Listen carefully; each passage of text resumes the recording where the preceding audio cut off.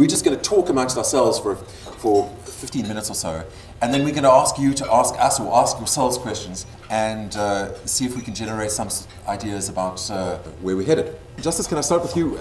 What does your lovely wife think about the elections? I have to say, anywhere else in the world, if Silvio Berlusconi by some chance were to say, manage to get his legal troubles out of the way and his other problems out of the way, and come back and win at 62.15%, it would be, wow, amazing, what a mandate, go ahead, do what you need to do. Here in South Africa, we quibble over this. It's like, oh, no. So I do want to just start off by saying, actually, it's a fantastic turnout for the ANC.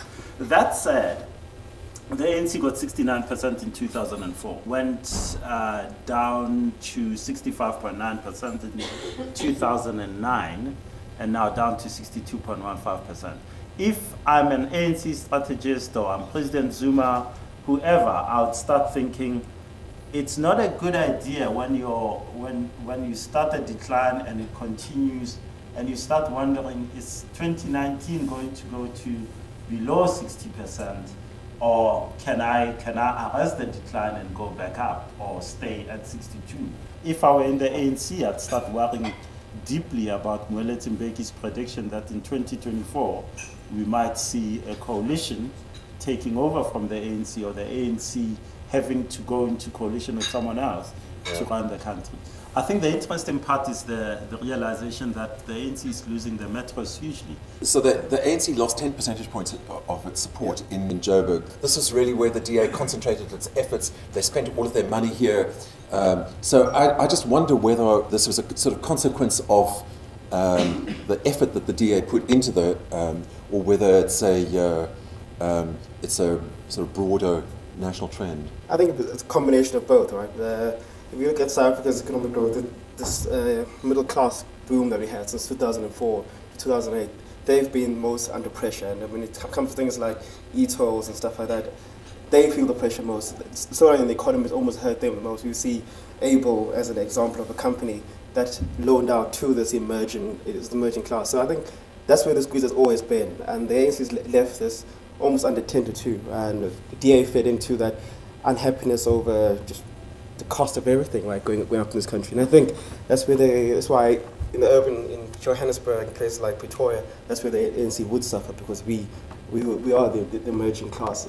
And the ANC has almost, since 2004 anyway, it's been their successful project. By the same token now, it's the one most under pressure. And I think the ANC is almost not considered that class of that class in the election program. What do you read into the explosion of the EFF? Is it a protest vote?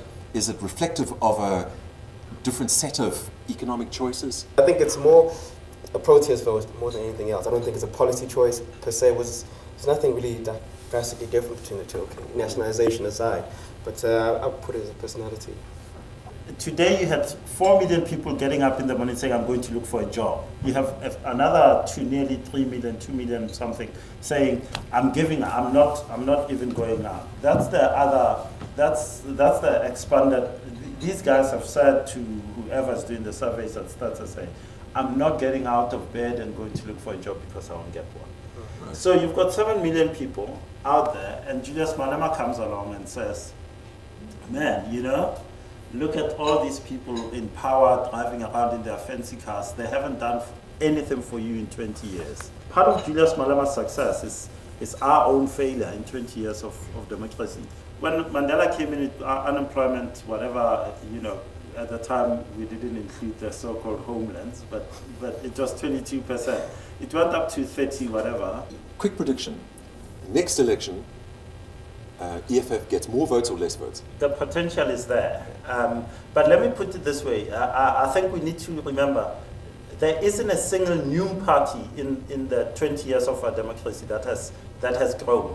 If you look at 1999, Bantu Holomisa got 3.8%.